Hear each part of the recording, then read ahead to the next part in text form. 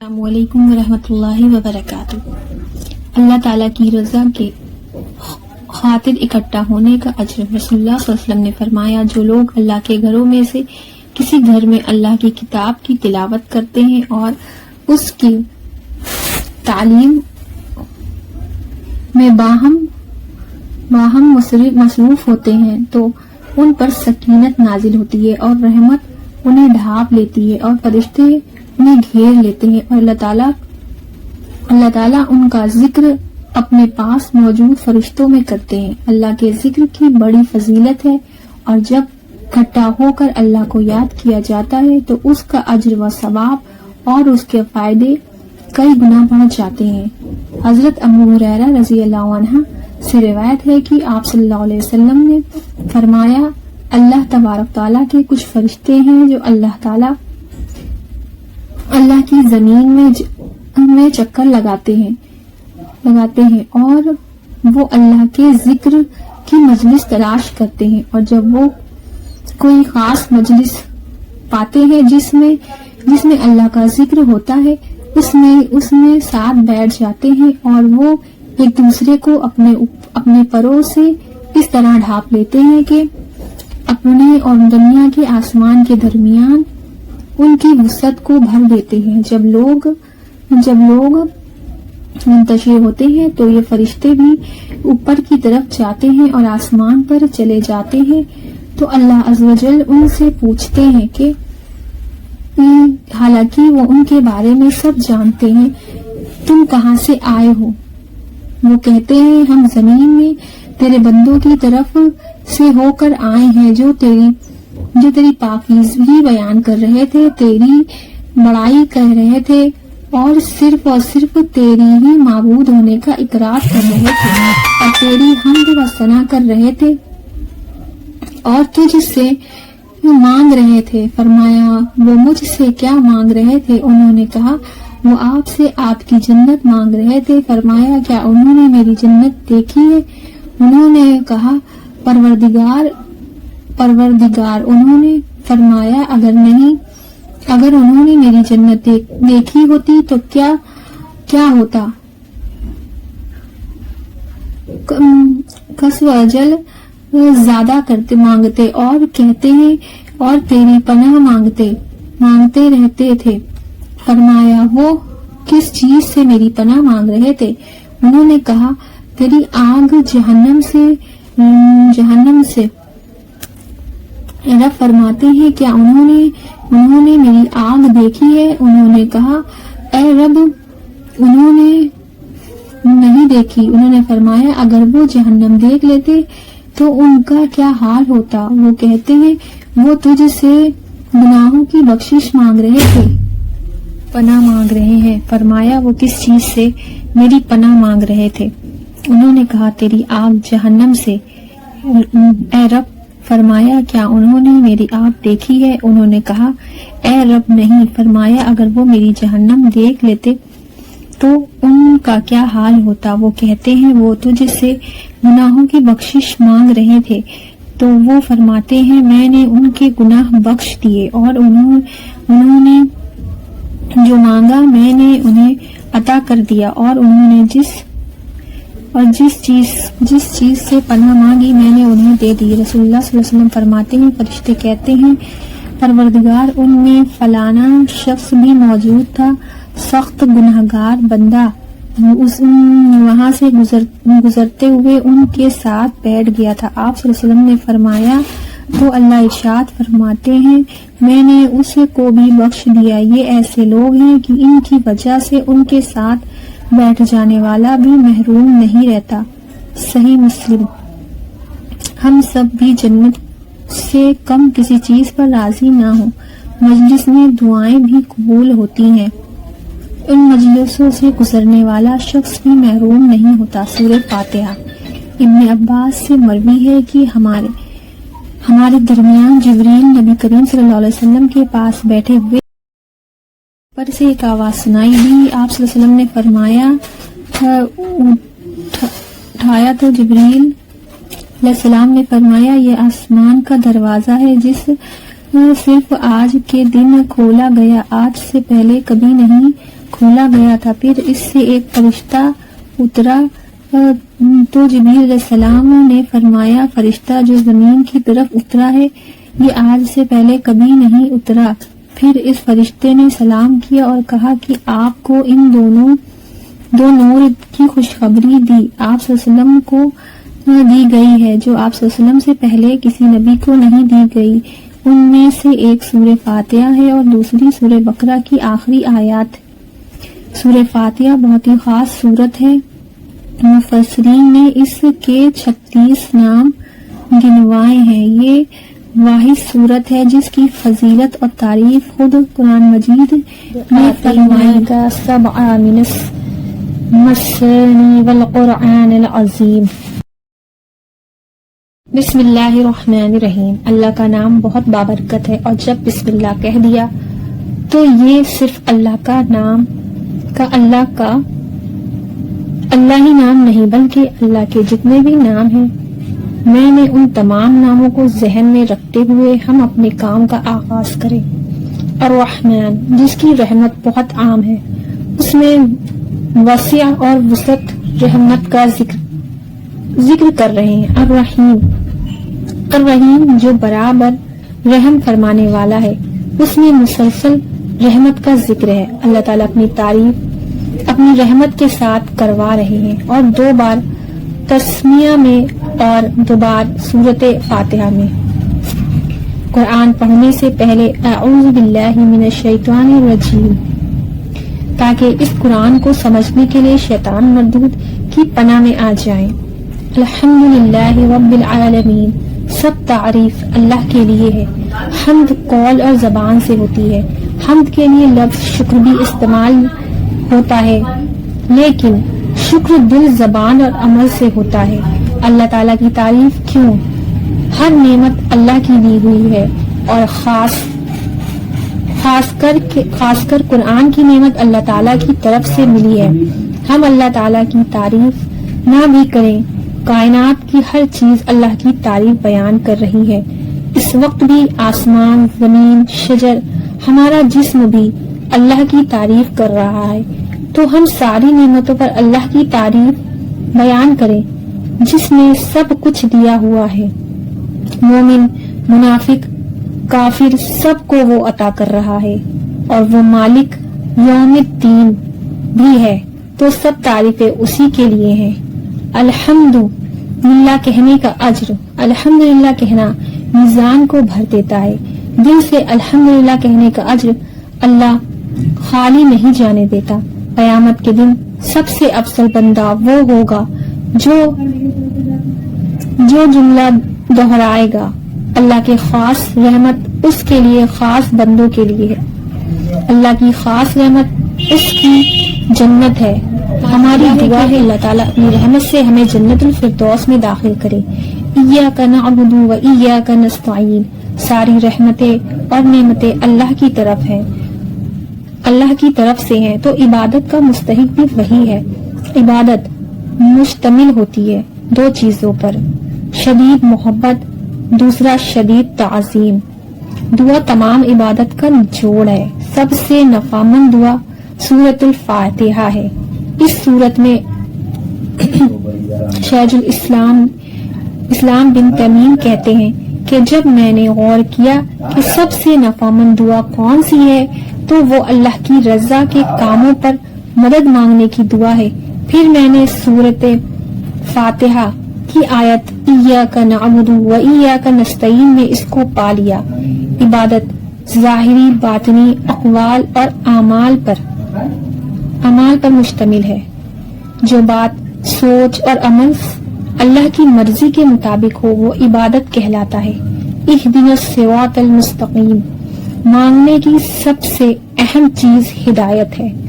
دن کی نمازوں میں کم سے کم 17 بار جو فرائض میں ان میں ہدایت کی دعا مانگی جاتی ہے کہ ہدایت سیدھے راستے کی جو جنت الفردوس تک پہنچا دے۔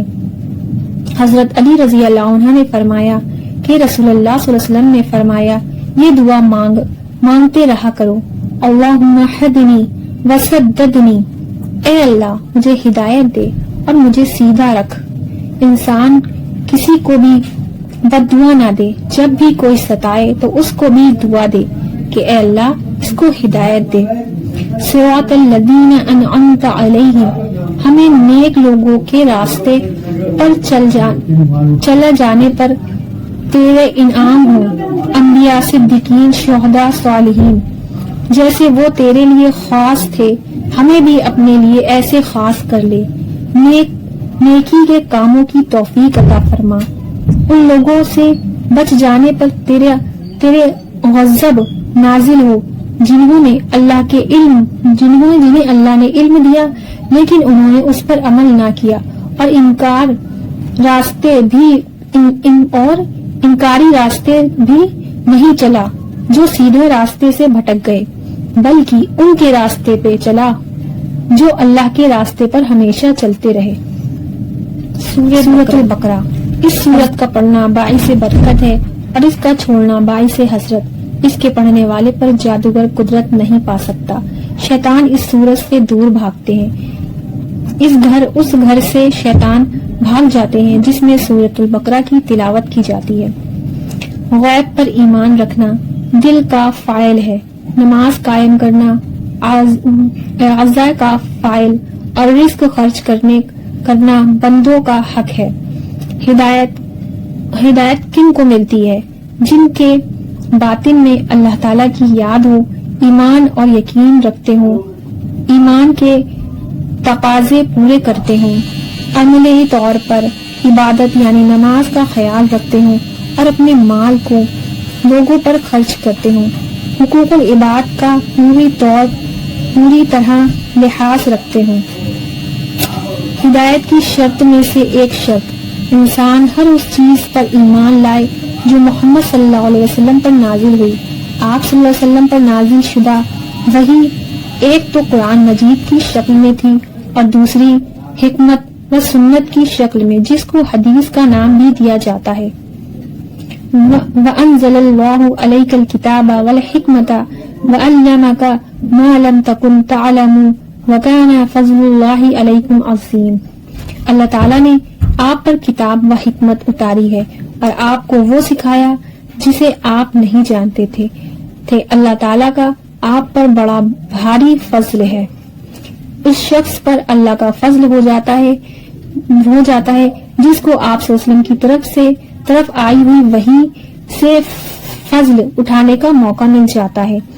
یعنی آپ صلی اللہ علیہ وسلم کی تعلیمات سے فائدہ اٹھانا اللہ کے فضل کو دعوت دینا ہے. حدیث بھی قرآن ہی کی طرح نازل ہوتی تھی اور وہ اپنی خواہشات سے کوئی بات نہیں کہتے ہیں، وہ تو صرف وہی ہے جو اتاری جاتی ہے. آپ صلی اللہ علیہ وسلم نے فرمایا تم ہرگز گمراہ نہیں ہوگے جب تک کہ ان دونوں چیزوں کو مضبوطی سے تھامے رکھو گے، ایک اللہ کی کتاب اور دوسری اس کے نبی کی سنت. یقین سے مراد ایسا ایمان ہے جس میں کوئی شک نہیں ہوتا. یقین علم کا سب سے بلند ترین درجہ ہے. یقین ایسی منزل ہے جس پر پہنچ کر وہ چیزیں نظر آنے لگتی ہیں جو عام نگاہوں سے نظر نہیں آتی. اس لیے آخرت کے لیے لفظ ایمان نہیں یقین آیا. یقین ہوتا ہے تو انسان اپنے عمل کو اس کے مطابق ڈھال لیتا ہے. ابو بکر رضی اللہ عنہ نے لوگوں کو خطاب کرتے ہوئے فرمایا کہ رسول اللہ صلی اللہ علیہ وسلم نے فرمایا اے لوگوں، بے شک لوگوں کو یقین اور عافیت سے بڑھ کر کوئی نعمت نہیں دی گئی. تم اللہ سے ان دونوں چیزوں کا سوال کرتے رہو. اللہ ہے، محمد صلی اللہ علیہ وسلم اللہ کے رسول ہے، یہ کتاب اللہ کی طرف سے آئی ہے، آخرت کے دن اللہ کے حضور حاضر ہونا ہے، جنت جہنم میزان پر صراط برحق ہے. جو ان سب چیزوں پر پورا یقین رکھتا ہے وہ بہت بڑی نعمت پائے ہوئے ہے. یا اللہ تو ہمیں یقین اور عافیت عطا فرمائیے، آمین. جنگ باطن ظاہر ایک ہے اور لوگوں کے ساتھ معاملات درست ہیں، وسعت قلب پر مبنی ہے، اور جو نبی کی وحی پر ایمان اور آخرت پر یقین رکھتے ہیں یہی ہدایت پر ہے. ہدایت کا معیار دکھا دیا گیا.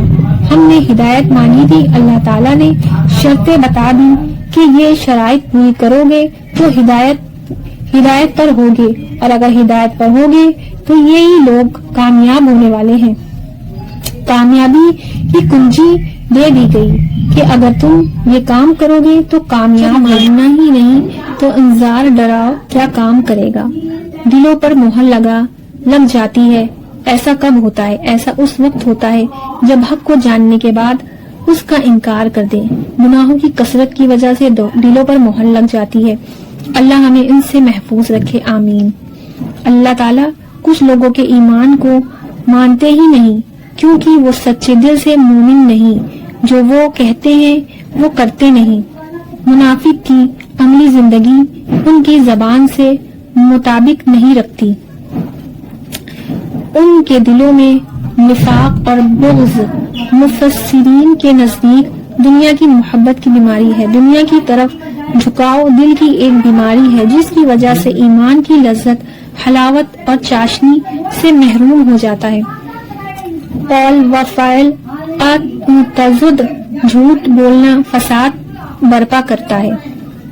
وہ اصلاح کے نام پر جھوٹ مصلحت کے تحت بولتے ہیں کہ جب سب سے بنا کر رکھی جائے، مگر ایسا مصلحت حقیقت پر اعتماد خراب بھی کرتی ہیں، اور انسان ایسی مشکل میں جا پڑتا ہے کہ جس سے باہر نکلنے کا راستہ نہیں ملتا۔ اسلام کا مذاق، اس پر عمل کرنے والوں کا مذاق، اللہ کی طرف سے آئی ہوئی آیات کا مذاق اڑانے والے اپنی عقلوں کو ان سے زیادہ سمجھتے ہیں۔ ایسے لوگ حقوق کی جنت میں رہتے ہیں۔ وہ کیسے مسلمان ہیں جو اپنے دین کا مذاق اڑاتے ہیں؟ یہ منافقت کی علامت ہوتی ہے۔ کوئی شخص اپنے باپ کا مذاق نہیں اڑاتا۔ اللہ تعالیٰ کا استحرار یہ ہے کہ اللہ ان کے برابر اعمال کو ان کے سامنے مزین کر دیتا ہے، اور وہ سمجھتے ہیں کہ ہم بہت اچھے کام کر رہے ہیں۔ وہ اپنی برائیوں کو خوبصورت سمجھتے ہیں۔ قیامت کے دن استحرار یہ ہے کہ وہ اہل ایمان کے ساتھ کھڑے ہوں گے کہ یکایک ان کی روشنی بجھ جائے گی۔ امید کے بعد مایوسی کتنی بڑی چیز ہے جو ان کے نیار آئے گی۔ ان کے دل میں ابتدائے نور آیا، مگر جب انہوں نے دیکھا کہ دین پر عمل کرنے سے تو دنیا کی کچھ نقصان کرنے پڑتے ہیں، تو انہوں نے دین چھوڑ کر دنیا کا راستہ اختیار کر لیا۔ انکار کافر غالب آ گئے، ان کے اندر کا نور بجھ گیا۔ وہ یہ بھٹکتے پھرتے ہیں اور ہدایت پانے والے نہیں۔ قلب کا نور اللہ کے ہاتھ میں ہے، اس لیے یہ دعا مانگنی چاہیے، اللہم اجعلنی قلبی فی قلبی نورا۔ کی کوئی بات انہیں سنائی جاتی ہے تو کانوں سے ٹکرا کر واپس چلی جاتی ہے، دل کے اندر نہیں جاتی۔ حق بات کہہ نہیں پاتے، حق کو دیکھ نہیں پاتے۔ حق کی نشانیاں زمین اور آسمان کائنات میں بکھری ہوئی ہیں، لیکن وہ دیکھ نہیں پاتے۔ انسان سوچے اللہ سے بھاگ کر کہاں جا سکتا ہے؟ جب موت کا فرشتہ آئے گا تو پکڑ کر گرفتار کر لے جائے گا۔ واپسی کا راستہ نہ ہوگا، ایک اللہ کے سامنے حاضر ہونا ہوگا۔ اس سے پہلے کہ وہ وقت آ سکے تیاری کر لینا لازمی ہے۔ عملی منافقت کی مثال، آسان پر دین کی طرف آتے ہیں، مشکل وقت میں دین سے پھر جاتے ہیں۔ اللہ تعالیٰ نے ان سے ہدایت کی مکمل صلاحیت نہیں چھینی۔ ہر شخص کہیں نہ کہیں قول و فعل کا تضادر رکھتا ہے، کہیں نہ کہیں منافقت کی جو پائی ہی جاتی ہے۔ عمر رضی اللہ عنہ نے حذیفہ رضی اللہ عنہ سے پوچھا کہ جن منافقوں کے نام انہیں رسول اللہ صلی اللہ علیہ وسلم نے بتائے تھے ان میں عمر کا نام تو نہیں۔ حضرت حذیفہ نے کہا کہ نافقا حزن، حذیفہ منافق ہوں گے۔ یعنی وہ اپنے پر منافقت کا خوف کرتے تھے۔ ابو بکر فرماتے ہیں میری بھی یہ کیفیت ہے، لیکن آج ہم اپنے آپ کو سوچے بیٹھے ہیں کہ ہم پکے مومن ہیں اور منافقت سے دور ہیں۔ نفاق ہوتا ہی اس میں ہے جو جس کو منافقت کا ڈر چلا جاتا ہے، ورنہ ہر سچا مومن کو اپنے بارے میں منافقت کا ڈر لگا رہتا ہے۔ ہمیں دعا کرتے رہنا چاہیے، اے اللہ جب تک تو ہمیں زندہ رکھ، ہمیں ہماری سماعت، ہماری بصارت اور ہماری قوت سے منفرد کر اور انہیں ہمارا وارث بنا دے۔ یا اللہ تو ہم سے یہ صلاحیت مت چھیننا اور ہمیں ہدایت پر ہی قائم رکھنا۔ اپنے رب کی عبادت کرو اور اس سے سب سے زیادہ محبت کرو، وہ جس نے تمہیں پیدا کیا تاکہ تم بچ جاؤ، دنیا میں گناہوں اور مشکلات سے بچ جاؤ اور آخرت میں جہنم سے بچ جاؤ۔ عبادت کے لائق وہی ہے کہ سب کچھ اس نے بنایا۔ عبادت کے لیے قرآن پڑھنے کی ضرورت ہے تاکہ پتہ چلے اللہ کو کیا پسند ہے اور کیا پسند نہیں۔ عبادت کے لیے 4 لفظ یاد رکھیں: ظاہری، باطنی، عملی اور قولی۔ قرآن جیسی کوئی چیز انسان نہیں بنا سکتا، یہ اللہ کی طرف سے ہے۔ اگر قرآن کے بغیر زندگی بسر کی، اللہ کو ناراض کر کے گئے تو انجام بڑا بھیانک ہے۔